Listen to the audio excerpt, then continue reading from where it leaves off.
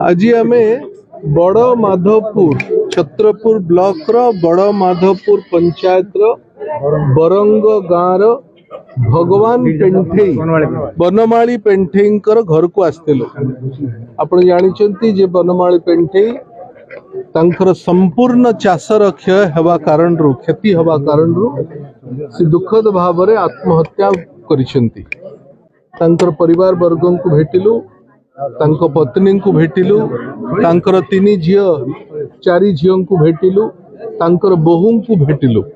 तांकर एकमात्र पुओ से महाराष्ट्र बॉम्बे जाइछंती काम करिवा पे एपर्यंत आसी नांती। आमे जहा बुझिलु तांको परिवार थु सी जो दिन आत्महत्या करिले से दिन सकाळु बिल जाइकरी बुलिकी आसिले।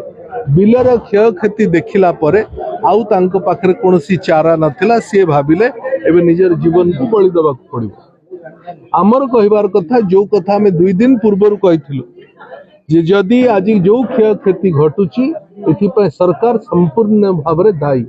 एथिपाई दायी कारण जेतबेले वर्षार पूर्वानुमान सरकार को पाखरे थिला, सरकार जदि चाषी को अवगत करी थांते हुए तो आज बनमाली पेंठेईंकर भगवान बनमाली पेंठेईंकर आज आत्महत्या हेई न थांता।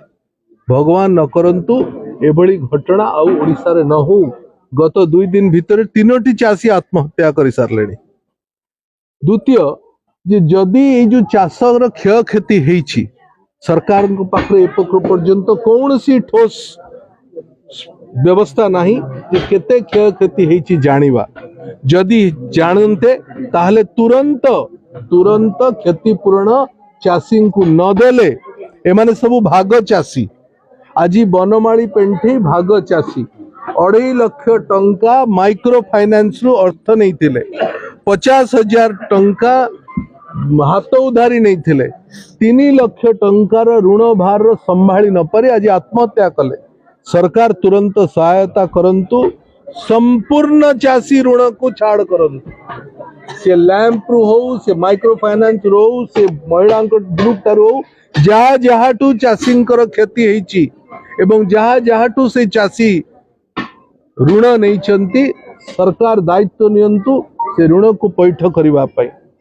एफएक्यू रे धान को बंद करिकरी सबु धान चाषी पाखे उत्पादित होता समस्त धान को सरकार क्रय करंतु। तुरंत अवस्था दिस इज इमरजेंसी। एटा होची गोटे चाषी रो समस्या रो इमरजेंसी, तार जीवन जीविकार कथा। सरकार आसिकरी एठी 8 मास हेलाणी ए पर्यंत जो एबे जो पिलाळियामी करूछंती जे आमे शिशु सरकार, किछि शिशु नाही जे सरकार चलाउची से प्रथम दिनरु ही जानिबा दरकार एभली घटना हेले आमे कोन करिवु। ए पर्यंत एठी की आरडीसी हो कलेक्टर हुंतु ए पर्यंत केही आसिले नाही। विधायक कोन आज आसीथिले बोली मु सुनिली। ए पर्यंत कृषि मंत्री आसिले नाही, रेवेन्यू मिनिस्टर आसिले नाही, केही आसिकरी क्षय क्षति देखिले नाही। न देखिला पर्यंत निज आखिरे न देखिले जानिबे केमती को स्तर र क्षय क्षति हेछि। ऑफिसर बाबू मानकर हिसाब किताब रे सबु कथा सरकार निर्भर न करू, सरकार आसिकरी निजे आकलन करू।